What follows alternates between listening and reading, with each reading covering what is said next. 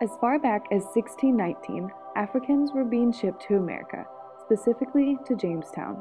This is what began Africans' forced migration to America. While the trip to America could be deadly, living in America wasn't any better.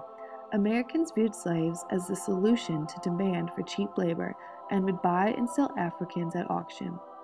By 1860, 25% of 1.6 million Southerners owned 3.8 million slaves. Slaves would work at a slow working pace, fake illness, and go on strike to try to resist slavery. These nonviolent strategies did not appeal to everyone.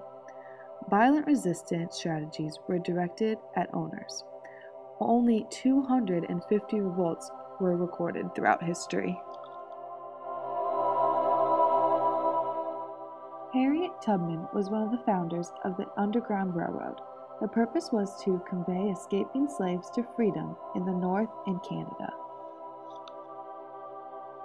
Levi Coffin, another activist for African American rights, began working with the Underground Railroad when he was 15 years old.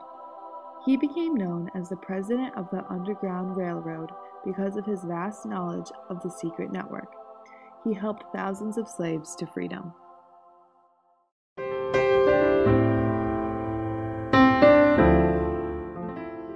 The Civil Rights Act of 1964 ended segregation in public places and banned employment discrimination on basis of race, color, religion, sex, or national origin.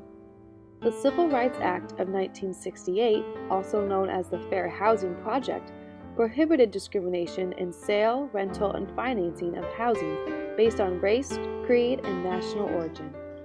The Voting Rights Act of 1965 prohibits state and local governments from imposing a voting qualification or prerequisite to voting, or standard, practice, or procedure to deny the right of any citizen of the United States to vote on account of race or color. This act was signed into law by President Lyndon B. Johnson. The Student Nonviolent Coordinating Committee, also known as the SNCC, post-1964 was a part of the Black Power movement. This movement installed a sense of racial pride and self-esteem in blacks. In 1966, Huey Newton and Bobby Seale formed the Black Panther Party as part of the Black Power movement. The Black Panthers believed Martin Luther King's nonviolent strategies would take too long.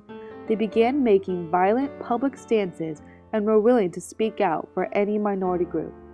The Black Panthers had 4 desires: equality in education, housing, employment, and civil rights.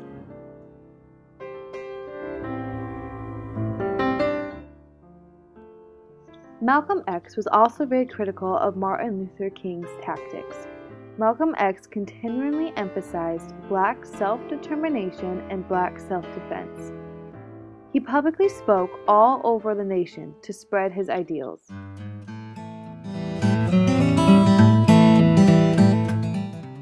In the 1860s and 70s, blacks gained first access to schools. However, de jure segregation was in full effect until almost a century later. In the 1950s, there were separate schools for white and black children. In 1954, a class action suit was filed against the Board of Education of Topeka.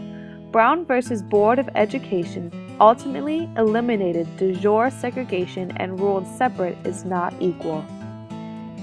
Currently, there has been positive effects on academic achievement of children of color. However, schools are still highly segregated. 38% of black students attend schools that have less than 10% white students. Predominantly white schools also receive more resources and tend to be of higher quality.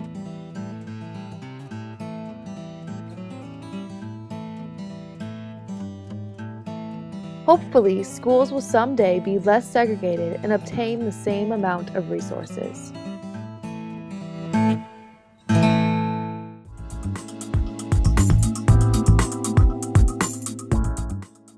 Today's media tends to show black males as ape-like, oversexed, and dominant over women.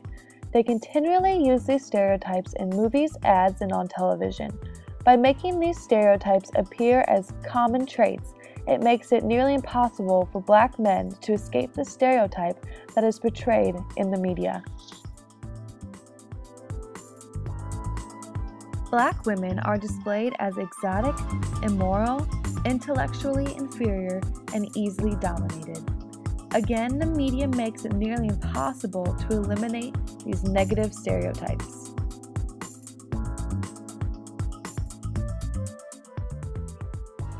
While the African American experience has changed vastly since first arriving in America, their journey is far from over. Racism is still in the world today, and it will take a lot of work to rid of it completely.